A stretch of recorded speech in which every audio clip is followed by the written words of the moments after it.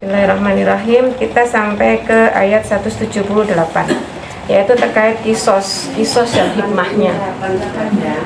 178 ya? Ya, kisos dan hikmahnya. Jadi kisos itu adalah dibunuh, dibalas, dibunuh. Jadi ini saya tak cerita sebentar ya. Soal dulu ketika zamannya Umar bin Khattab sebagai khalifah, itu ada seorang laki-laki yang tanpa sengaja itu membunuh seorang laki-laki. Jadi bapak-bapak tua itu secara tidak sengaja dibunuh oleh seorang pemuda. Nah, anak-anaknya ini tidak terima, kami menuntut kisos ya Amirul Mukminin. Nah, si pemuda ini bilang, Amirul Mukminin, tolong berikan saya waktu 3 hari untuk saya menyelesaikan urusan saya di kampung sebelah. Jadi pemuda ini bukan asli situ, tapi dari kampung sebelah. Izinkan saya untuk menyelesaikan, beri saya waktu 3 hari untuk menyelesaikan urusan saya di desa sebelah. Nanti kalau sudah, saya akan kembali ke sini untuk menunaikan hukum kisos atas diri saya. Nah, nggak ada, semua nggak percaya, nggak semua di situ. Iya, lek balik, lek enggak, kayak gitu. Lah, si pemuda ini tetap ngotot, saya peganglah ucapanku ya Amirul Mukminin, karena sebagai sesama muslim aku pasti memegang ini janjiku. Pada saat itu Salman Al-Farisi, salah seorang sahabat Nabi, itu tidak kenal sama si laki-laki ini, sama si pemuda ini tidak kenal. Tapi dia bilang ke Amirul Mukminin, ke Umar bin Khattab, ya Amirul Mukminin, akulah jaminannya. Kalau sampai 3 hari si pemuda ini tidak kembali, kisoslah aku. Padahal tidak kenal, Salman Al-Farisi tidak kenal dengan pemuda ini. Jaminannya bahwa dia hanya merasa sebagai ukhuwah persaudaraan antara dia dengan pemuda itu. Hari pertama, hari kedua, hari ketiga, sampai hampir jam 12 malam itu tidak balik. Yang gobios itu bukan Salman Al-Farisi, justru Umar bin Khattab menyalahkan. Lapo, iki gak kenal, gak opo kok adek gelem dadi penjamin pemuda ini. Ini gak balik. Sudah ngeri dia membayangkan akan berlaku hukum kisos bagi Salman Al-Farisi. Karena apa? Karena dia penjaminnya. Maka yang gobios, yang kepikiran, yang takut kehilangan sahabat itu justru Salman Al-Farisi. Sampai akhirnya tepat jam 12 lebih sedikit, itu dari kejauhan tuh ada bayangan hitam berjalan. Yang paling lega juga Umar bin Khattab. Akhirnya pemuda itu datang untuk menunaikan kewajiban kisosnya. Nah, sebelum dilakukan hukum kisos atas pemuda ini, Sayyidina Umar bertanya kepada Salman, apa yang menjadikanmu mau menjadi penjamin bagi pemuda ini? Padahal kamu tidak kenal, padahal kamu tidak tahu dia sebelumnya seperti apa. Yang kamu pegang bahwa dia hanya sebagai seorang muslim. Salman menjawab apa? Ya Amirul Mukminin, kalau sesama muslim sudah tidak ada saling kepercayaan, kalau sesama muslim sudah tidak ada ukhuwah yang kuat bahwa dia bisa melakukan sesuatu untuk saudara muslim yang lain, mau jadi apa umat ini? Akhirnya keluarganya bapaknya tadi diam, maksudnya ketika dalam suatu majelis gini ya.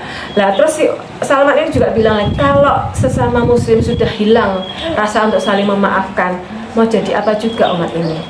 Endingnya akhirnya si keluarga bapak tadi itu memberi maaf, tidak jadi menuntut hukum kisos atas pemuda tadi. Si pemuda ini hanya dibebankan untuk membayar diat. Jadi pembayaran diat itu adalah untuk menebus kisos dan maaf. Jadi memaafkan, kemudian hukum kisos dan diat itu untuk menebus. Lah kita itu di syariat itu melarang untuk berlebih-lebihan. Jadi ada nih misalnya sudah minta diat, sudah dikasih diat, tiba esek dibunuh. Nah, ini namanya berlebih-lebihan lah. Jadi di ayat ini itu hendak menunjukkan bahwa penebusan, jadi kisos itu adalah sewajib yang lain, sewajib hukum syariat yang lain. Jadi di sini kan kersane pun biasanya tidak derek dulu. Yang tadi kayaknya. Jadi kenapa dilakukan hukum kisos itu, apa hikmah dari hukum kisos ini? Jadi di 178 sampai 179 itu ya, bahwa ternyata hukum kisos, syariat kisos itu adalah untuk menjamin keberlangsungan hidup manusia. Maka manusia itu akan mikir untuk mateni, untuk membunuh orang lain. Nah seperti sekarang ya, rasanya membunuh itu tuh kayak bukan sesuatu yang nggak membutuhkan suatu nyali rasanya. Di Bandung tuh sekarang teman saya yang di Bandung itu kemarin ngabari setelah yang rame kapan hari itu ya, musim yang anak muda itu sampai dibunuh, terus kemudian cuma dihukum 15 tahun. Kemudian pada anak ini pinter dan berprestasi dan lain-lain. Ternyata yang membunuh itu cuma dengan alasan agar dia bisa masuk ke geng. Jadi syaratnya masuk ke geng itu dia harus membunuh orang lain. Kalau dia sudah berani membunuh, dia boleh masuk ke gengnya itu. Nah ini di kota besar tuh banyak, seperti di Jogja ada Kritis juga. Nah, seolah-olah kan menunjukkan bahwa tidak ada harga yang mahal itu untuk jiwa, untuk nyawa. Nah betul, maka syariat Islam itu memang tujuannya itu adalah untuk melindungi jiwa. Syariat Islam pun seperti itu. Ketuanya kejem nih, kejem lah uang mateni dipateni lah, apa gelem dipateni kan ya? Sebetulnya kayak logikanya kan seperti itu ya. Dibunuh, dia membunuh maka dia harus dibunuh. Laki-laki yang membunuh dia harus dibunuh dengan laki-laki. Membunuh laki-laki dengan laki-laki, membunuh wanita dengan wanita lah. Waktu itu muncul perdebatan lah. Terus laki-laki membunuh istrinya bagaimana? Berarti kan nggak berlaku ya hukum kisos karena nggak sama. Nah ini kemudian dilanjutkan di Al-Maidah ayat 45, ada nanti di ayat dengan versi mangke di rumah. Di Al-Maidah 45 itu jiwa dengan jiwa. Jadi Mas Yos yang membunuh itu laki-laki, yang dibunuh itu wanita. Itu ketika itu adalah sama-sama jiwa, maka tetap ini berlaku hukum kisos. Jadi yang menuntut kisos adalah keluarga dari pihak yang dibunuh. Ini tuh enggak kejem. Ini tuh justru menyelamatkan keberlangsungan hidup manusia, biar manusia itu enggak saling membunuh. Kayak kemarin bayi dibunuh, anak-anak dibunuh, ditagih utang, ngamuk, mateni. Lah ini kan rasanya tuh kayaknya kita bukan manusia, bukan klan tertinggi dari makhluk hidup. Kadang manusia itu adalah tertinggi dari semuanya, dari hewan, dari makhluk yang lain. Kan apa? Ada akal dan ada proses berpikir. Tapi hawa nafsu itu menjadikan manusia itu hilang proses berpikirnya. Ketika hawa nafsu itu diperturutkan, akhirnya seolah-olah hilang semua. Dan hari ini tidak ada syariat yang mengatur itu. Nggak takut orang itu dengan penjara, nggak takut orang itu dengan ancaman penjara. Katanya malah guyonane gak apa-apa nih penjara, malah kak bingung golek duit dipakani dino. Dan nanti kalau ada gerasi bisa dapat gerasi 5 tahun, 10 tahun lah.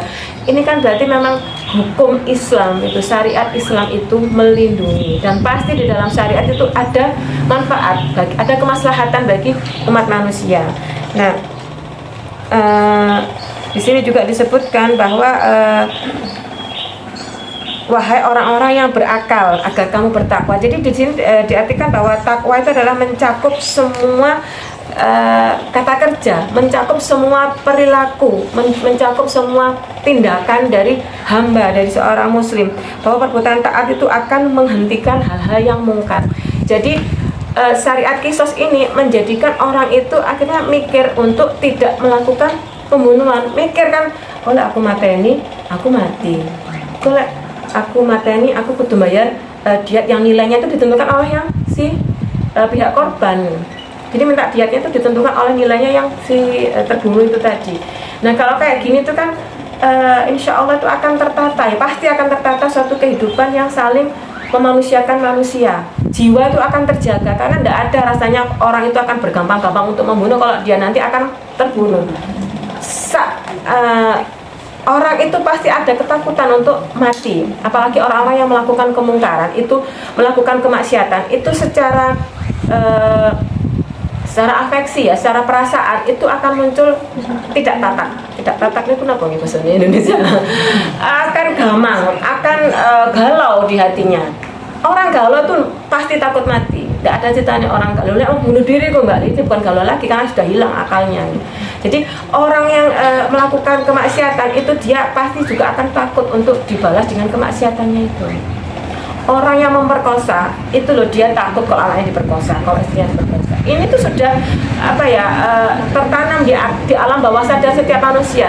Sebetulnya semua pelaku kriminalitas itu takut kalau itu balik ke dirinya sendiri.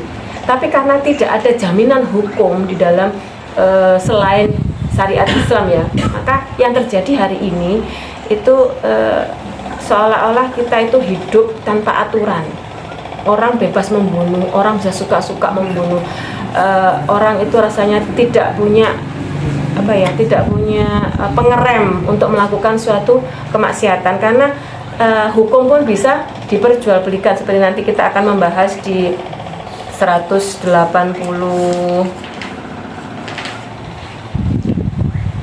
nanti insya Allah. Nah, jadi makanya syariat itu hikmah terbesarnya adalah untuk keberlangsungan hidup manusia, untuk terpeliharanya nyawa, untuk terpeliharanya jiwa. Kemudian kita sampai sini kisos sampun bahwa memang inti dari syariat ini adalah untuk mengamankan jiwa manusia. Manusia itu tidak murah, manusia itu mahal. Bahkan seperti pas waktu kita bahas kemarin kebolehan memakan bangkai, ya itu boleh untuk dalam kondisi yang sangat darurat. Berarti betapa Allah itu menghargai jiwa manusia itu begitu kuat, sampai yang haram pun Allah memperbolehkan. Tidak apa-apa kamu makan bangkai ketika dalam keadaan darurat dan tidak untuk kemaksiatan dan tidak untuk dinikmati, itu diperbolehkan. Kemarin kita sudah membahasnya. Maka apalah itu kalau untuk membunuh itu tidak Allah lindungi dengan syariat. Maka syariat kisos itu adalah untuk melindungi jiwa manusia agar tidak menjadi murah seperti saat ini ketika kita menanggalkan syariat-syariat Islam. Jadi hari ini tuh kita memang seperti seolah-olah hidup di belantara gitu Ibu. Jadi semua orang itu bebas melakukan kemaksiatan, bebas melakukan memperturuti hawa nafsunya, karena tidak ada hukum yang kuat mengatur mereka di dunia dan di akhirat. Kemudian kita masuk ke wasiat. Nah, wasiat itu diwajibkan atas kamu apabila maut hendak menjemput seseorang di antara kamu, jika dia meninggalkan harta, berwasiat untuk kedua orang tua dan karib kerabat dengan cara yang baik. Nah, cara yang baik di sini adalah tidak melebihi sepertiga dari harta dan sebagai kewajiban bagi orang-orang yang bertakwa. Jadi kalau misalnya seseorang itu sudah mendekati nazak, ya misalnya sudah kerasa sudah sakit parah atau itu ketika dia mempunyai harta yang banyak. Jadi harta banyak ini beberapa mufasir itu mengartikan tidak sama. Ada yang 60 dinar itu sudah dianggap banyak. 60 dinar itu berarti kalau 1 dinar 2.200.000 berarti sekitar 120-an juta, 150-an juta. Kalau ada yang mengatakan 80 dinar berarti sekitar 200-an juta. Ada yang mengatakan 1000 dinar. Jadi maksudnya itu ini dinasah, ya, maksudnya dimansuh itu diganti di An-Nisa ayat 11. Jadi di An-Nisa ayat 11 itu ada terkait hukum waris, ada ayat-ayat tentang faraid, jadi hukum-hukum waris. Lah, ini ayat ini disebutkan wasiat itu adalah untuk yang di luar ahli waris. Jadi misalnya hartanya itu saking banyaknya, misalnya dia meninggalkan harta sampai 500 juta. Kemudian setelah dibagi ahli waris itu masih ada sisa dan ada kerabat yang belum dapat bagian. Nah, ini yang masuk wasiat. Yang dapat wasiat yang boleh dibagi berdasarkan wasiat tidak boleh melebihi sepertiga itu adalah yang tidak terdapat di dalam ahli waris. Kalau ahli waris itu sudah pasti mendapatkan dari harta yang ditinggalkan oleh si mayit. Jadi misalnya ya contohnya Bu Kusran ini meninggalkan 3 rumah, 3 petak tanah dan sejumlah emas misalnya. Nah itu putra-putranya itu sudah mendapatkan hak waris. Maka wasiatnya Bu Kusran itu untuk kerabat di luar ahli waris. Jadi misalnya Bu Kusran, engko ponakanku sing kae bagiono sakmene, kae sakmene itu masuk dalam wasiat. Ini yang diwasiatkan tuh yang ini, bukan ahli waris. Jadi misalnya sudah jelas misalnya ahli warisnya itu adalah misalnya ada anak perempuan. Engko sing wedok engko tambahan saya tidak boleh, karena apa sudah masuk aturan ahli waris itu ada hukumnya sendiri-sendiri. Laki-laki mendapat berapa, perempuan mendapat berapa, itu sudah ada di dalam ketentuan faraid. Jadi ini wasiat itu tidak berlaku untuk ahli waris. Ahli waris mengikuti hukum-hukum waris. Nah, maka di sini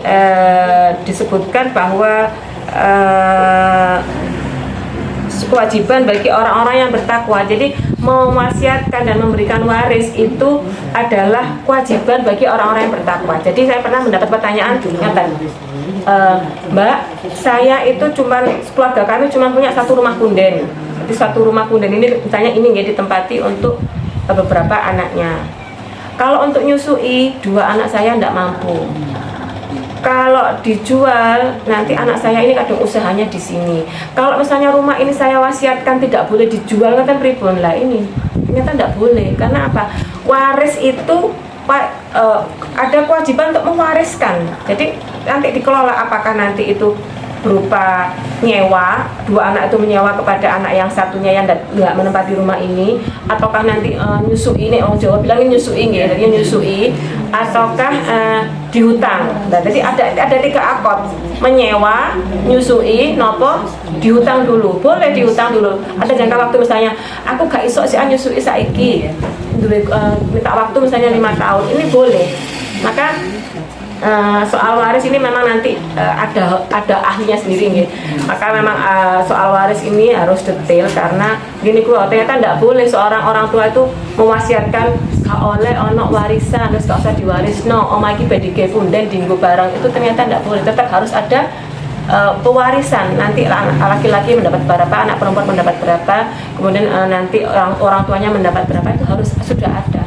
Dan tidak boleh ada wasiat gak oleh diwaris nih. Jadi ini harus clear karena memang ini harus diwariskan. Nah kemudian di 181, barang siapa yang mengubah wasiat itu setelah mendengarnya, maka sesungguhnya dosanya hanya bagi orang yang mengubahnya. Sungguh Allah Maha mendengar, Maha mengetahui. Nah misalnya kalau dari wasiat itu misalnya mau Bu Kusran mewasiatkan engko ponakanku sing kae wayang 50 juta, sing ngunde engko selawe, sing ini sudah dibikin list. Ternyata ada yang satu itu keponakannya itu nakal, mengganti jumlah itu tidak menjadi dosanya fokusnya, tapi menjadi dosa yang mengubahnya. Mengubah wasiat itu menjadi dosa yang melakukan, karena Allah Maha mengetahui, Maha mendengar. Lah ini kadang-kadang kita tuh merasa melakukan apapun tuh kayak bebas-bebas, so kayak Gusti Allah itu loh enggak yang kayak Gusti Allah itu enggak bisa. Padahal kita tuh sekarang sudah musim CCTV, kita loh bisa melihat yang di teras, di perempatan, di mana-mana tuh dengan CCTV. Nah apalagi Allah gitu yang malaikatnya tersebar jutaan miliaran di seluruh semesta ini. Nah kemudian nah ini mau jelas 181 itu pahala mayit, pahala yang memberikan wasiat itu tetap ada, yang mengubah mendapat dosa. Nah tapi dilanjutkan lagi di 182. Tapi kalau misalnya si ahli waris itu tadi itu mengkhawatirkan bahwa wasiat itu tadi menyelisihi syariat, itu boleh dirubah. Misal ini contohnya, engkau dari hartaku lengno 100 juta dinggo misalnya untuk kemaksiatan, misalnya misalnya kalau nggak sampai kemaksiatan, misalnya untuk si fulan. Nah si fulan ini kita tahu dia itu suka menghambur-hamburkan uang dan tidak amanah dan lain-lain, itu kita boleh menyelisihinya ketika itu menyelisihi syariat. Jadi ketika dalam wasiat itu ada yang menyelisihi syariat, itu boleh ahli waris itu mengoreksi. Jadi makanya ini jadi hal yang peka dan krusial ketika tidak ada pengetahuan tentang itu. Jadi rasanya tuh kok padahal kita tidak tahu harta itu nanti akan menjadi apa dan kemana. Padahal harta itu nanti dimintai pertanggungjawaban. Si mayit ini akan menanggung harta itu kemana. Misalnya diberikan kepada sesuatu yang itu tidak baik, itu akan menjadi dosa jariahnya. Maka menulis wasiat itu nek bisa jangan nulis ambekane siji loro siji telu ngoten ya. Jadi sudah tidak bisa berpikir jernih. Ya, sudah tidak bisa, kan didikte tidak apa-apa, tapi tetap harus dalam kondisi jernih bahwa nanti saya mewasiatkan ini adalah untuk hal-hal yang ma'ruf dan tidak menyelisihi syariat. Dan yang ahli waris yang mendiktekan wasiat itu tadi juga yang jujur. Jadi tidak ada perubahan dari wasiat itu untuk kepentingan salah satunya. Jarang loh Ustaz tentang desa ngaten iki wasiat-wasiat, walaupun harta bendanya banyak ngaten nggih, maksudnya Bapak Ibu pun sedo niku ya nggak ada wasiat, walaupun harta bendanya banyak. Jadi ketika beliau sudah wafat, tidak ada itu kan ahli warisnya yang mikir sendiri, membagi sendiri. Kalau ahli waris memang tidak butuh wasiat. Wasiat itu untuk yang tidak dapat bagian. Oh iya iya. Nah, makanya itu nah, balik lagi betapa syariat itu menjaga. Syariat itu menjaga, makanya dituntun kita disyariatkan untuk membuat wasiat untuk apa? Ben tidak berencu. Yang tidak bagian itu akhirnya tidak muncul hasad. Yang tidak bagian itu tidak pegel karena apa? Dia sudah dapat wasiat oleh bagian sak mini lah. Ini makanya kalau ini beberapa pendapat dari beberapa mufasir tadi ya, ada yang 200 juta, apa 60 dinar itu sudah masuk banyak, 80 dinar, ada yang sampai 1000 dinar. Maka berarti kekayaan yang sampai dengan 200 juta, meninggalkan 200 juta itu sudah harus ada kalau nanti sudah jelas ahli waris dan ada yang tidak dapat bagian, itu harus ada wasiat. Kira-kira kok iki sing kira-kira iki kok gak kebagian kok dadi berencu. Ini tuh memang balik lagi ya, semua syariat itu adalah berpulang pada ketaatan kita pada syariat. Apakah kita akan menggunakan apakah tidak, karena itu semua adalah pilihan. Tapi syariat itu ditetapkan itu adalah tetap untuk menjaga keselamatan manusia, kemaslahatan manusia. Jadi ini poin pentingnya, balik lagi bahwa ketundukan kita kepada syariat itu adalah menunjukkan ketaatan kita kepada Allah. Akal logika kita dipakai dalam wilayah manusia, tapi dalam wilayah syariat kita tuh dilarang mempertanyakan. Hanya pokok tidak kudu wasiat, hanya pokok ahli waris nek wedok sak mene nek lang sak mene, hanya pokok kudu ada kisah, itu tidak boleh kita pertanyakan. Karena apa? Itu syariat. Syariat itu dari Allah yang menciptakan kita sebagai al-khaliq al-mudabbir, itu pasti membawa kemaslahatan. Tidak ada kemudorotan di dalam syariat, pasti adanya adalah suatu kemaslahatan. Nah, kemudian kita pas jadi di bulan puasa, kita masuk ke ayat-ayat tentang puasa. Ayat-ayat tentang puasa di 183, 184, 185 ini adalah ayat-ayat tentang puasa, tentang fikih ya, tentang fikih. Jadi kalau soal fikih, insya Allah jenengan semua sudah banyak mendapatkan dari majelis-majelis yang selama ini jenengan ikuti terkait fikih-fikih Ramadan, bagaimana mengakhirkan sahur, bagaimana menyegerakan berbuka, bagaimana mengganti ketika kita meninggalkan hari-hari dalam puasa, itu sudah insya Allah sudah banyak kita dengar di majelis-majelis ilmu. Saya justru ingin mengambil insight-nya dari 183 sampai 185 ini adalah terkait komitmen hati. Jadi seperti saya sampaikan di beberapa pekan yang lalu, bahwa hati itu jika baik maka seluruhnya akan menjadi baik, jika hati itu buruk maka seluruhnya akan menjadi buruk. Maka Ramadan kita itu apalah artinya, semua amalia kita ketika itu berangkat dari hati yang tidak komitmen. Nah, hati dinyatakan dikatakan adanya komitmen itu dari apa saja? Ada 5 hal. Yang pertama adalah komitmen hati itu adalah tidak suudzon. Nah, seringkali kita itu terjebak ya untuk berburuk sangka. Contohnya misalnya kita ada yang seorang perempuan misalnya, dia itu angger traweh mesti metu, angger traweh gak tau traweh metu, jane nang ndi to kowe iki. Nah, kita belum melakukan tabayun, konfirmasi, tapi wis ngomong genti nang tanggane, si kae lho, lek angger wong traweh budale masjid dhek malah metu. Nah, padahal kita belum konfirmasi, kita belum bertanya, Mbak, jenengan iki lek jam 7 ngoten niku nek tindak teng pundi to? Kita belum konfirmasi, tapi kita sudah menyebarkan zon kita tadi, seudon kita tanggo siji, ketemu si ini ngomong maneh, kae lho lek wayah traweh mesti metu. Apa dikandani, padahal kita belum ada tabayun ke Mbak yang tadi. Nah, ini itu adalah merusak amal hati kita. Hati yang rusak ini akhirnya merusak amal keseluruhan kita. Bahkan pernah ada seorang syekh itu ya, ketika Sultan Murad II itu dia sudah bersuudon dengan apa jamaah di sampingnya ya. Jamaah di sampingnya itu dia ke batin, kira ambune dek kayak gini. Kok seperti itu, Mbak? Kok batin? Iya lurus. Jadi memang ada kisah seperti itu. Iya,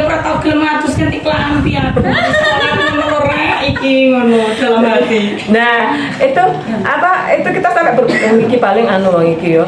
Paling apa pro apa piye lah. Itu sudah zone. Apalagi kita menyebarkan lagi. Sebelahku mau sapa mainin gitu. Bune lah. Itu sudah makanya kita menyebarkan lagi Iya, kalau kita belum tabayun jenengan mau apa? Siapa tahu dia tiba-tiba adalah pulang dari kerja karena dia ikut buka di situ dan dia tidak nututi kalau pulang, akhirnya dia malah terawih nang kono pisan. Dia mengejar itu, akhirnya dia tidak sempat pulang untuk mandi. Padahal dia saking kereteknya ngejar untuk mendapatkan jamaah. Kita sudah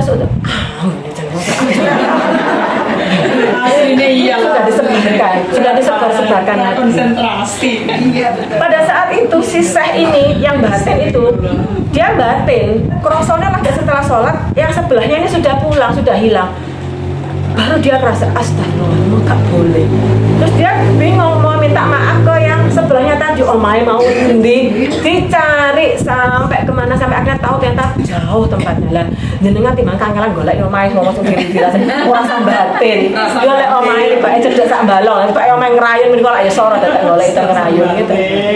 Maka ini yang harus kita kendalikan, zon prasangka ini kita kendalikan. Jadi kalau puasa, makanya puasa itu tidak melulu soal fikih. Wedi, Bu, banyak pertanyaan. Kalau saya sisi kayak kejeron, terus akhirnya airnya masuk pripun? Sing ditakokno mesti nek banyu mlebu piye, kok nangis piye lan.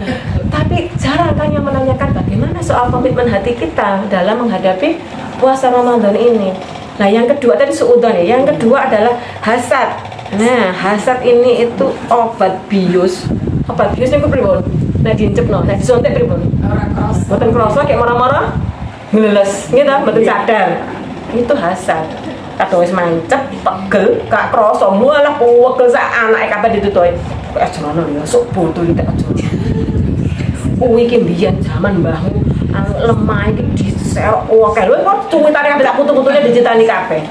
Saking hasate pegel itu tadi. Padahal ini itu membakar amal kita. Kita sholat, kita sedekah, kemudian kita tilawah. Tapi kalau hati kita hasad, itu terbakar semua amal. Maka jangan hanya fokus pada air yang masuk melalui hidung, tapi fokuslah pada setan yang masuk di dalam hati kita dengan hasad itu tadi, serupa suntikan bius. Mancep pertama baru kuis gak sadar apa? Karena semakin besar hasadnya semakin pegel. Ya dilalas yang dipegel ini kuau tambah sugih. Wes kadung dipegel ini kita tambah sugih. Tambah aku anak itu bae pinter-pinter. Jadi bae bojone saiki salehah. Wes saya gede to mriki. Nggih. Akhirnya ibadah apapun sing apa saya kurus. Lah makanya ndak boleh. Hati itu makanya ketika kroso sak selendep pertama kali muncul hasad dan dicabut suntikan itu telak mlebu sak kroso gak sadar kita kan seperti di bius. Nah, betul. Nah, ini yang ketiga. Yang ketiga itu adalah betul-betul menjaga zuhud hati. Apa zuhud itu? Zuhud itu bukan kok masak compang-camping, bukan kok macak nggawe gamise mbulak kayak kurkuwi ya digawe. Bukan, zuhud itu adalah di hati. Jadi yang disebut, jadi orang kaya itu pun ada yang zuhud, tapi orang miskin pun ada juga yang tidak zuhud. Jadi zuhud itu adalah ketika tidak ada keinginan sama sekali untuk menggenggam dunia itu sendiri di dalam kedua tangannya. Maka boleh jadi kaya, boleh, Islam itu membolehkan untuk menjadi seorang yang kaya raya, tapi zuhudlah di dalam hatimu. Intinya apa? Ada nggak orang yang sudah kaya nih? Wes saiki wis duwe Indomaret siji, tibake badine kuwata. Ini nggih meneh tuku lemah ning kono gawe maneh. Boleh. Yang ndak boleh itu ketika tidak pernah merasa cukup dengan kekayaannya itu. Tidak boleh, yang ndak boleh itu tidak pernah merasa bahwa sak meneh gak apa-apa. Apa sampai di titik ini gak apa-apa. Karena apa? Ngongso di hati itu kepingin terus itu menyiksa. Ini mungkin contoh itu dari kisah Abdurrahman bin Auf ya. Jadi Abdurrahman bin Auf itu ketika sama Nabi itu dibilang, "Hei Abdurrahman bin Auf, engko mlebu surga karo mbrangkan." nangis. Karena apa? Memang jarak masuk surga antara orang kaya dengan orang miskin itu 500 tahun, setengah hari. Ketika satu hari itu sama dengan 1000 tahun, maka kalau setengah hari kan 500 tahun, itu jarak menunggunya. Karena orang kaya itu dari mana, untuk apa, itu per rupiah dihitung. Jadi suwi ini lek kekayaannya 2M nih, sak rupiah loh Bu, sak rupiah, lah bisa triliunan. Lah nggih saya, kata maka jaraknya itu memang minimal 500 tahun antara si miskin dengan si kaya. Maka menjadi kaya itu kalau tanpa ilmu, ngoyo, ngemes sakjane niku. Ngenes bahkan kok banyak yang kepingin. Maka yang pertama kali tuh dimeren itu orang yang punya ilmu dulu, baru nek wis duwe ilmune sugih gak apa-apa. Karena apa? Orang kaya yang punya ilmu dia akan tahu dengan tepat membelanjakan hartanya. Mboten bingung iki duit turah gak apa, bojoku tak budalne neng Hongkong Pertamasya. Nah kalau orang punya ilmunya membelanjakan harta, ndak akan menyia-nyiakan hartanya itu untuk hal yang tidak berguna. Maka pertama kali yang harus kita kenalkan kepada anak-anak kita itu adalah cara membelanjakan harta. Bukan kok cara mencari harta dulu, golek iku gak apa-apa, nanti setelah anak tahu dia harus membelanjakan itu prioritasnya apa saja. Kalau nggak tahu prioritasnya, terus kita langsung mengajarkan anak-anak itu mencari uang, begitu dia punya uang bingung, ngentek mana ya apa, pasti itu. Orang nggak pernah dapat maklumat bagaimana membelanjakan harta, ujuk-ujuk nyekel gaji 10 juta. Itu ditukur sing iPhone, sing apa, akhirnya entek bingung. Lah ini karena nggak punya ilmu untuk membelanjakan harta. Maka menjaga sikap zuhud itu di dalam hati itu adalah suatu keniscayaan untuk kita semua. Ini bukan soal harta, bukan soal banyak dan sedikit, karena banyak orang miskin pun yang tidak zuhud. Wes lah miskin kepinginane reno-reno. Gitu. Wes lah, sudahlah hartanya tuh cumpen, sing kepingin iki ndelok tanggane kae kepingin, ndelok kae kepingin. Ngenes seperti ini. Karena apa? Akan selalu terbakar hatinya melihat orang lain yang lebih, menurut dia lebih enak. Nah, kemudian yang keempat itu adalah soal kenikmatan dikaitkan dengan istighfar dan tobat. Nah, kita sekarang sudah masuk ke Ramadan hari yang ke-7. Pripun taose? Masih merasakan kenikmatan seperti kita dulu menyambutnya marhaban ya Ramadan, atau mulai kejunan dengkul, mulai asam uratnya naik, atau mulai tangannya kerenyang-kerenyang, atau mulai sakit kepala, atau mungkin mulai batuk pilek. Dereng ya, muga-muga mboten sah. Lah, karena apa? Ternyata Ramadan itu karena dia adalah bulan turunnya Al-Quran ya, dari Lauh Mahfud, dari Baitul Izzah ke langit dunia. Itu Allah jamin di dalam Ramadan itu penuh kenikmatan. Dijamin Allah penuh kenikmatan. Nah kalau kenikmatan itu berkurang, maka hati-hati, dosa kita tuh sudah ngambang di permukaan hati kita seperti minyak yang ngambang di air. Lek gak dicedok ya ndak akan bisa menyampur dengan air. Maka yang pertama kali harus dilakukan ketika kita sudah mulai merasakan hilangnya kenikmatan Ramadan adalah istighfar dan tobat. Jadi kadang-kadang mulai merasa 10 hari pertama wis mulai lemes, awake wis gak tanang gawe gak kuat, wis ngelemesi. Nek ono mulai berkunang-kunang, kelemun-kelemun lah. Akhirnya membaca tilawah lagi sak lembar keturun. Lek mboten ngoten kita kemudian misalnya ikut traweh itu sudah mulai bolong karena mulai capek, bukone kewareken kakean es, akhirnya nek dige budal wis ngantuk.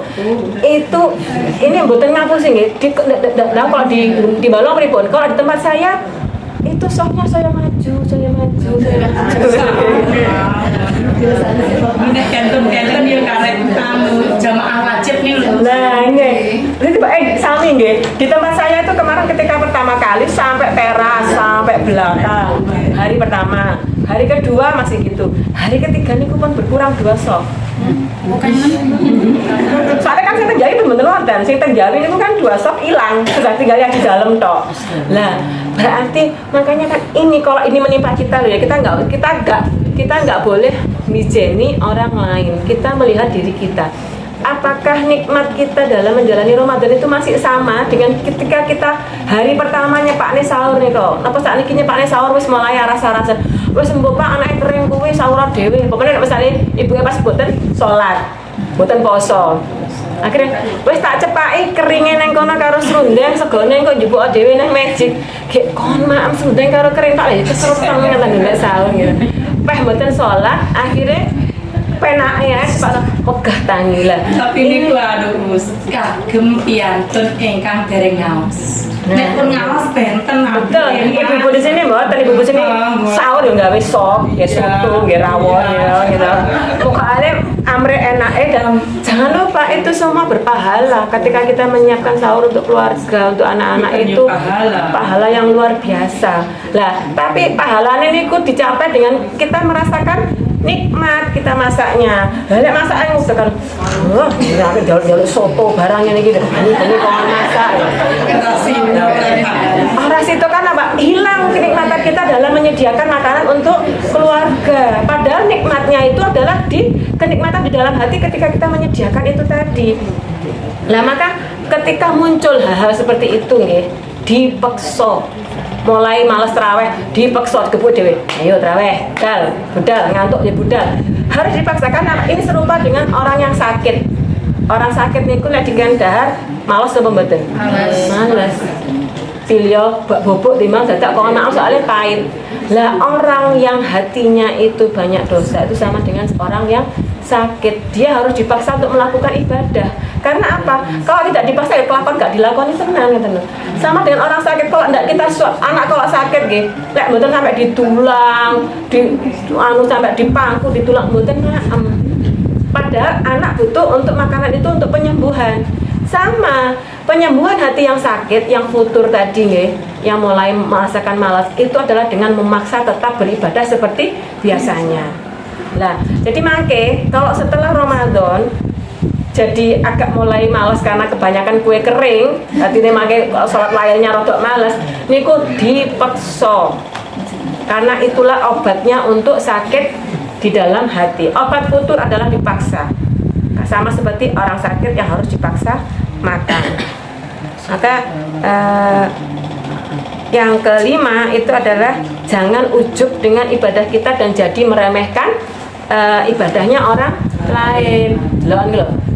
Misale delok sak lingkungan kene sing darusan ki kurang 7, liyane lho rek sing darusan.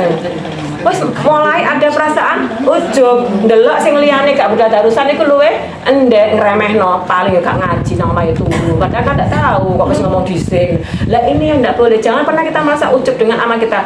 Kita tiap hari tarawih di masjid tidak pernah gang, dilanjutkan darusan, kemudian nanti 5 waktu juga ke masjid terus. Itu jebakan setan itu seperti peredaran darah di dalam hati, di dalam diri kita. Jenengan apa proses darah ini mengalir dari jantung naik ke bawah, mboten kan nggih? Nah itu loh setan itu juga ndak kerasa masuk ke dalam hati kita juga ndak kerasa, nyebul untuk kita ada perasaan ujub juga ndak terasa. Maka yang harus dilakukan memang harus senantiasa kita tuh istighfar. Karena rugi seorang manusia yang sampai tidak mendapatkan ampunan di bulan Ramadan ini. Karena apa? Allah tuh menyediakan mekanisme ampunan tuh banyak. Harian ada di sepertiga malam, pekanan ada di hari Jumat, tahunan ada di Ramadan. Jadi setan tuh kerja bakti Bu sakjane itu. Karena apa? Gak guna ketika seorang hamba melakukan dosa, kemudian dia mentaubati dan tobat dan istighfar dan mentaubatinya, Allah ampuni. Lah, setan kan akhir lah aku mau padahal nggih strategi koyo ngono lho. Aku mau wis ngapusi, tak ining-iningi ben dhek gak salat, tibake basa dhek njaluk ngapura diampuni. Lah maka rugi ketika seorang muslim itu tidak mendapatkan ampunan. Karena apa? Karena mekanisme pengampunan itu banyak sekali. Nah, jadi maka dari 5 ini nggih,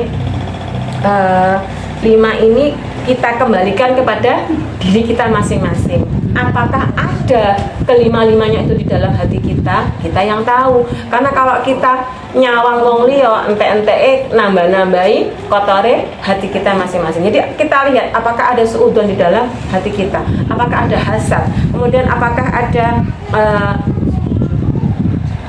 tidak zuhud. Maksudnya kita tuh ada rasa di dalam hati kita itu tidak pernah ada syukur. Jadi mengejar terus sesuatu yang itu adalah fata morgana. Kemudian yang keempat, tidak ada istighfar dan pertobatan di dalam hati kita. Dan yang kelima, ada ujub di dalam hati kita. Ini kita sendiri yang bezeti awake dewi. Kalau kita sudah mulai merasa hilang nikmat atas ibadah itu, agi-agi istighfar, agi-agi minta ampun, karena berarti ada dosa di dalam hati kita tuh yang menutupi air di dalamnya. Jadi minyak itu kan mesti cenderung berwarna hitam apa-apa keruh. Itu kan tidak pernah bisa menyampur dengan air di bawahnya. Kalau tidak diambil minyaknya, maka dia akan terus menutupi air di bawahnya. Seperti itu juga dengan kotoran di dalam hati kita harus segera diambil. Dengan apa? Dengan istighfar dan pertobatan, dan dengan memaksa kita untuk terus beribadah. Nah, kemudian kula ringkes 183 sampai 185 itu ayat tentang puasa, tapi saya sengaja tidak membahasnya soal fikih karena jenengan semua yang rawuh di sini pasti sudah paham dengan fikih Ramadan, fikih saum. Paling kula mek kepengin bahas kecil niku doa buka puasa niku pripun, Bu?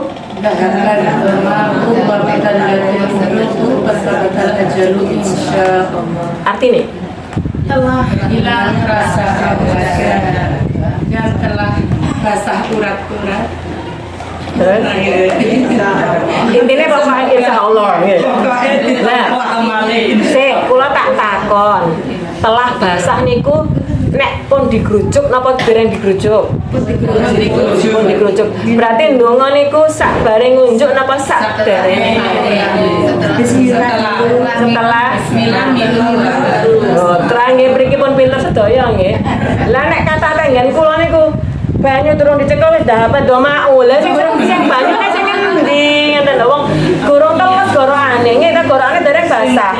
Tapi sudah berdoa dahabat doma itu setelah tenggorokan kita basah. Dan terus balik badannya nunjuk ndonga sembarang seperti ndonga. Memang buka puasa itu adalah saat-saat yang makbul untuk kita berdoa. Jadi jangan kroroane dereng kenaan banyu kon ngendikan dahabat doma belum basah. Niki kok cobrian fikih yang lain mesti insyaallah ibu sini sampun sami pinter untuk fikih saum. Nah, ya kalau piring kalau dapat doma Allah kan dereng keselan gitu. Oke, kita sekarang ke 186. Dan apabila hamba-hambaku bertanya kepadamu Muhammad tentang aku, maka sesungguhnya aku dekat. Aku kabulkan permohonan orang yang berdoa apabila dia berdoa kepadaku. Hendaklah mereka itu memenuhi perintahku dan beriman kepadaku agar mereka memperoleh kebenaran. Nah, iki kula nggih ini ambil insight-nya juga dari yang tidak sering dilihat orang. Jadi maksudnya ayat ini kan sudah sering ya disampaikan bahwa Allah itu sedekat urat leher kita. Tetapi maksudnya pripun? Sedekat urat leher itu. Nah, ternyata maksudnya itu adalah di seberapa kita memposisikan Allah di dalam hati dan di dalam akal kita. Jadi maksudnya tuh seberapa dekat itu dekat urat leher itu kita yang menentukan seberapa kita itu menempatkan Allah. Ketika kita menempatkan Allah itu benar-benar melebihi semua hal, maka Allah dekat. Ketika tidak, maka tidak. Nah, jadi kula niku jadi kelingan di suatu hari nggih. Pas sholat di Masjid Tegalombo, kula sama anak-anak sama bapaknya juga sampai merem lho ya. Soalnya apa? Ada SPG rokok itu pakai seragam SPG nggih, seragam SPG pun besok orangnya enggak SPG rokok nggih klamine kaya ngene mboten enten nggih.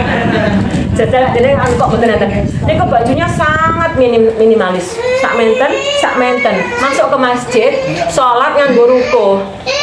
Bar ngoten rukuke dicepot, ngoten malih. Lah rumangsane apa Gusti Allah iku enek pas wayah dhek salat tok gek bali ngono reneng. Nek kalau kita pakai logika kan berarti seolah-olah dia itu hanya terhubung dengan Allah ketika dia sedang salat tok. Ketika dia tidak salat maka tidak ada yang melihat. Seolah-olah kan seperti itu. Setelah dia enggak salat, ya aku tak ngerok minimalnya. Ya aku tak nggak kelambi kutungan neh. Lah tadi pada salat, ketika dia salat dia memakai mukena.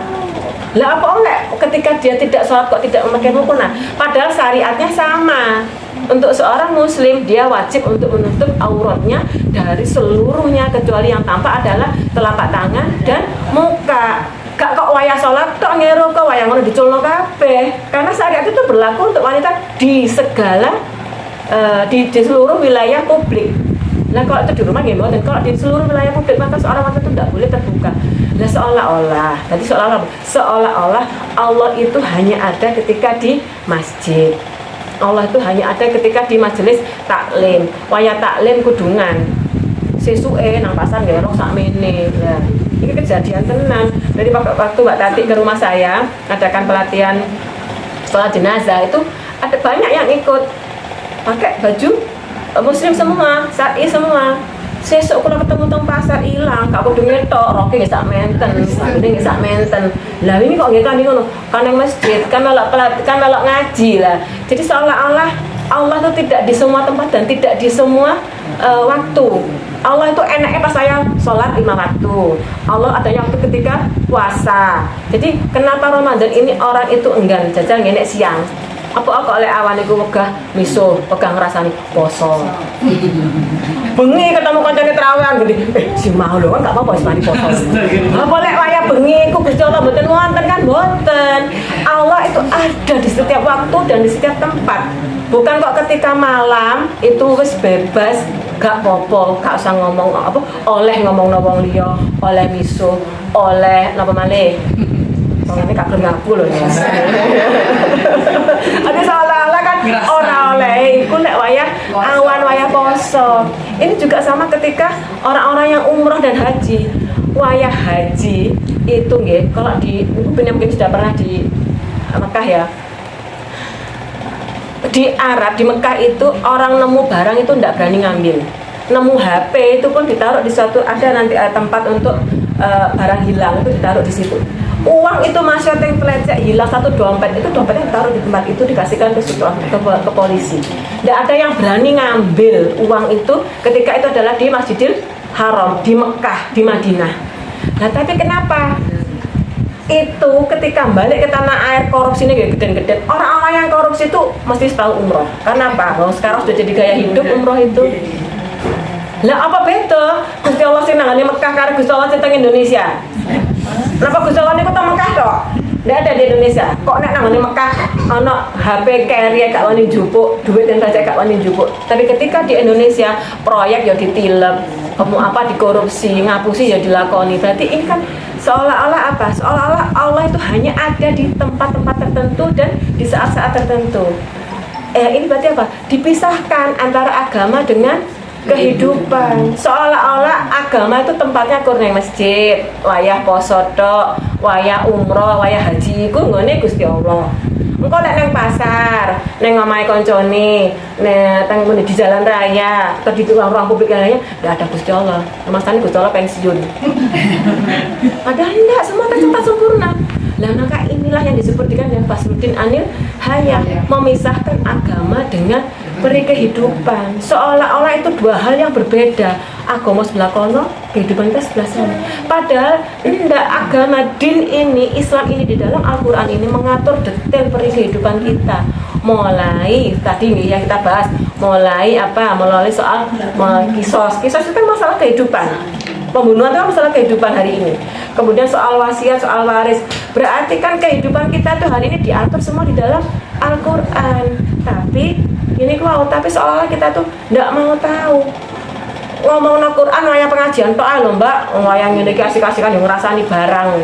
Nah, jadi kan seolah-olah kita menganggap bahwa Allah itu tidak ada di semua tempat. Maksudnya tidak ada di semua tempat. Jadi sok enek, sok enggak, sok kadang-kadang mirsani, sok mboten. Dan tidak mungkin karena Allah itu apa? Wallahu sami'ul basir. Allah Maha mendengar, Allah Maha melihat. Nah, kaitannya dengan ayat 186 ini adalah ketika di sini adalah Allah, aku dekat maka aku akan mengabulkan permohonan orang yang berdoa apabila dia berdoa kepadaku. Karena Allah itu adalah Maha mendengar, maka doa kita itu pun akan didengar oleh Allah.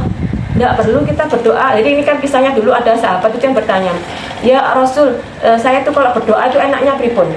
Kulo bisik-bisik apa kulo bengok-bengok? Saya dijawab turunlah ayat ini, Allah itu dekat. Jadi kamu berbisik, mau batin itu Allah tahu.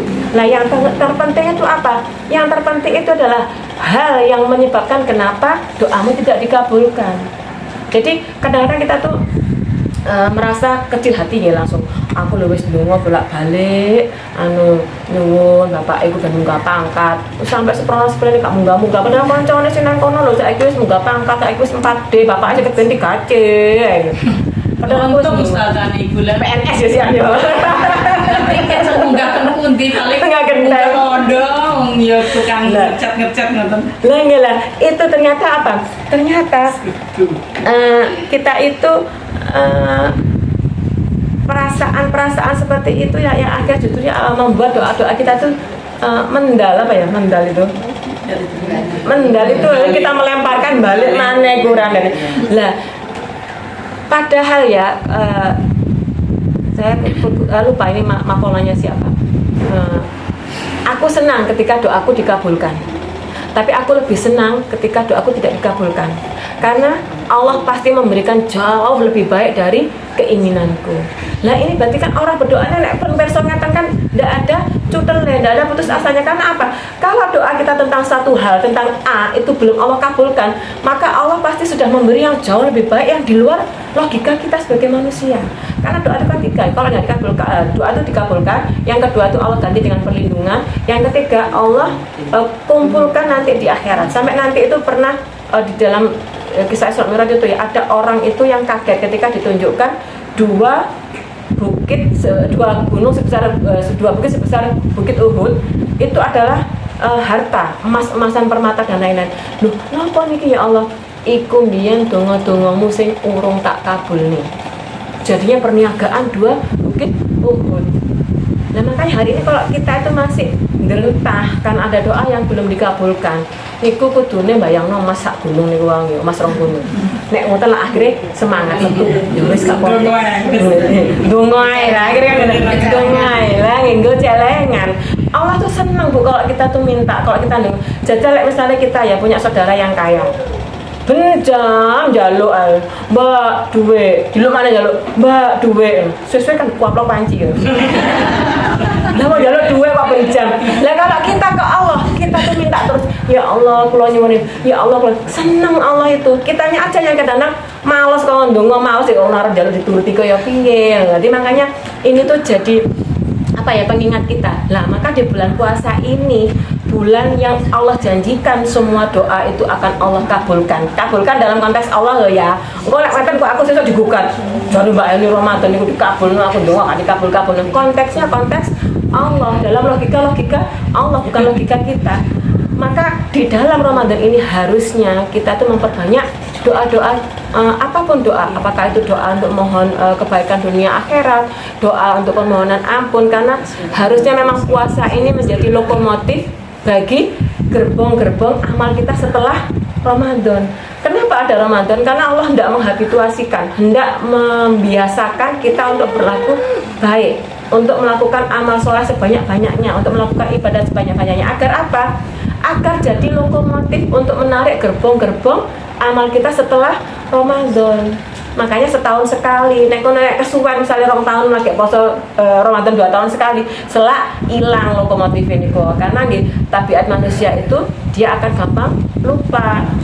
Nah, makanya tadi ya Allah itu tidak hanya di bulan Ramadan dan di tempat-tempat tertentu, tapi Allah itu di semua hal, di semua tempat dan di setiap waktu. Maka ini jadi pengingat kita ini berpikir 2 kali atau mungkin 10 kali untuk melakukan maksiat, karena dimanapun Allah tahu, bagaimanapun juga Allah tahu. Jadi ini bisa sebagai sarana komunikasi awal, misalnya ingin mengajak atau mendakwahkan, misalnya ada yang belum menutup aurat dengan saudara-saudara kita, atau mungkin masih ada saudara-saudara kita yang masih melakukan maksiat.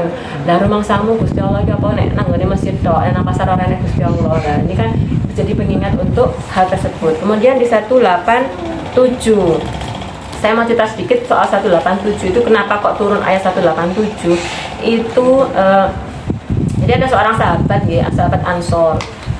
Waktu itu di awal-awal syariat puasa itu memang ndak kok sampai seperti sekarang sampai fajar, batas fajar nih ya, jadi kayak ada merah jelirit itu adalah batas fajar sidik, itu itu adalah batas kita tidak boleh berpuasa, tidak boleh makan dan minum. Dulu itu selepas Isya. Jadi lek bar maghrib tiba saking luwih. Nah, ini makanya ada kisah nggih. Sahabat Ansor itu kan kecapean, siangnya itu bekerja sangat keras sampai akhirnya ketika datang maghrib dia bertanya pada istrinya, "Bu, ada apa di rumah yang bisa kita makan?" "Sik Pak, tak golek." Tak pikir-pikir, tadi kudu metu ndableke. Lah kan mau bojone iki nyapu wae ini maghrib lagi golek ini. Tapi kalau enggak gitu akan muncul asbabun nuzulnya ini ya teman. Jadi Pak tak cari. Lah si bapak ini tadi karena kecapean siang hari bekerja ketiduran. Habis sholat maghrib karena dia capek dan ngantuk dan lapar. Orang itu kalau lapar, capek pasti ngantuk gitu. Lah itu juga itu ngantuk, ketiduran sampai bangunnya besok. Nah syariatnya pada saat itu apa? Syariatnya lepas Isya maka dia sudah harus berpuasa lagi. Besok dia langsung disambung, langsung tadi belum buka langsung sambung besoknya puasa. Duhur semaput wadul ke Rasulullah, akhirnya turunlah ayat ini. Satu itu ayat ini juga turun lagi berkaitan dengan ketika Umar bin Khattab ngaku ke Rasulullah, "Ya Rasulullah, pas waktu Ramadan tadi malam aku jima dengan istriku." Nah kan waktu itu syariatnya memang hanya sampai Isya, maka selepas Isya sudah tidak boleh makan, minum dan kumpul dengan istrinya. Lah akhirnya inilah turun syariat ini, turun ayat 187 bahwa akhirnya Allah memberi keringanan, tak undurno batasnya sampai subuh. Jadi sampai subuh kalian boleh makan, boleh minum, boleh campur dengan istri kalian, boleh ngemil apapun itu boleh. Yang tidak boleh dilakukan di siang hari itu boleh dilakukan di malam hari. Karena ini tadi, karena ada dua hal yang melatar belakangi turunnya ayat ini. Bahkan Nabi itu pernah ketika ada seorang sahabat datang ke Nabi, nggih, "Ya Nabi, aku tadi malam junub. Saiki habis subuh baru mandi jinabat, mandi bersih ya. Itu bagaimana puasaku?" "Kak Popo, aku ya tahu junub selepas subuh." Jadi maksudnya masih junub sampai selepas subuh itu tetap berpuasa. Nabi tidak mengkodok, Nabi tetap puasa di hari itu. Nah, tapi ini ada perbedaan pendapat. Ada yang mengatakan kalau itu puasa sunnah maka tidak boleh. Maksudnya kalau puasa sunnah ya wis batal noae, wong puasa sunnah ae. Kalau kalau puasa wajib tetap mandi kemudian dilanjutkan untuk puasa. Jadi di ayat 187 ini guys, poin pentingnya itu memang adalah keringanan yang dibuat Allah pada kaum muslimin dari syariat awal tentang puasa. Sama juga bahkan ini kayak ada kisah lagi juga ketika iktikaf, Nabi itu 10 hari terakhir itu tidak pulang di masjid terus. Pulang itu hanya untuk BAB, BAK dan mungkin mengambil keperluan seperlunya, ganti baju dan lain. Jangan bandingkan masjid Nabi dulu dengan masjid sekarang ya Bu. Masjid sekarang ada kamar-kamar, ada toilet, ya, ada lengkap sampai ada di Jogokarian itu bahkan ada mes, ada kamar-kamar yang bisa dipakai pengunjung atau jamaah yang mungkin dari luar kota untuk tidur di situ. Nah, masjid zaman Nabi itu tidak ada toiletnya, maka Nabi ketika harus BAB, BAK dan ganti baju dan lain itu harus pulang. Lah pulangnya Nabi ini hanya saat perlu nih.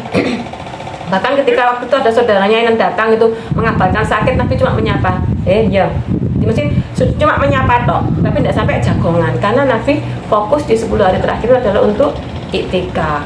Maka di 10 hari terakhir ini tidak dilakukan jima. Untuk yang mungkin pengantin baru atau paling ngempet dari 10 dino, karena untuk kita di sini sampur sami sepuh itu sudah sudah tidak jadi perhatian utama apalagi di Ramadan. Tapi ini adalah untuk anak-anak muda atau untuk pasangan-pasangan muda yang mungkin baru menikah di Ramadan. Makanya nek rapi ojo Ramadan nih. Dengan anak mantu ojo Ramadan sawah lah ini. Karena Ramadan itu akan tidak beda memang suasananya dengan di bulan-bulan yang lain. Kemudian di 188 adalah terkait janganlah kamu makan harta di antara kamu dengan jalan yang batil, dan janganlah kamu menyuap dengan harta itu kepada para hakim dengan maksud agar kamu dapat memakan sebagian harta orang lain itu dengan jalan dosa padahal kamu mengetahui. Jadi menurut Qatadah nih, keputusan hakim atau seorang qadhi itu tidak menghalalkan yang haram dan tidak pula membenarkan perkara yang batil, karena dia hanya memutuskan berdasarkan keterangan para saksi. Yang menjadi larangan adalah ketika seseorang itu bersalah maka dia dilarang mengadukan. Contohnya ini, kulo utang duit teng Burawiyah 1 juta. Burawiyah nagih, kulo pegel, kapan aku utang 1 juta? Kulo membantah kalau saya hutang ke Burawiyah 1 juta. Kulo mboten trimo, kulo lapor. Pak Hakim, Burawiyah kalau ngarani aku utang 1 juta gak dibalekno. Kan padahal saya yang berhutang memang. Lah, orang yang salah ini tidak boleh melaporkan suatu perkara di zaman Nabi loh ya. Di zaman Nabi tidak boleh orang yang salah ini melaporkan suatu perkara. Karena apa? Hakim itu hanya akan memutuskan dari keterangan para saksi. Lah hari ini banyak betul nih seperti ini. Orang yang dia yang melakukan kesalahan, dia yang melaporkan dan dia yang dimenangkan. Nah, kalau sudah sampai tahap yang seperti ini memang satu-satunya harapan memang bagi kita adalah mendoakan dan berharap pada pengadilan di akhirat, karena kelak itu tidak ada satu hal pun yang terlewat. Satu hal keburukan kita itu akan dibalas, satu hal kebaikan kita juga akan dibalas. Kalau kita itu hanya melihat Allah itu maha adil, harusnya kita di surga itu cuma 70 tahun misalnya, seusia umur kita di dunia nih. Misalnya kita masuk surga, kita di dunia berapa? 70 tahun. Berarti harusnya kan kita di surga 70 tahun toh. Tapi kan ternyata enggak. Kita di surga Allah janjikan apa? Selamanya, abadi di sana. Berarti di surga itu yang berlaku adalah rahmatnya Allah. Nah, di neraka itu berlaku keadilan Allah. Kita melakukan satu kebatilan akan dibalas dengan satu kebatilan. Dan janjinya semua orang yang masih ada iman di dalam hatinya sekecil apapun nanti akan tetap diangkat dari neraka. Tapi nggih kok mboten terus wis gak apa-apa coba kali diangkat ya tekan neraka. Ora sambayangin neraka karena napa niku mau ketika kaki menginjak otaknya sudah langsung mendidih.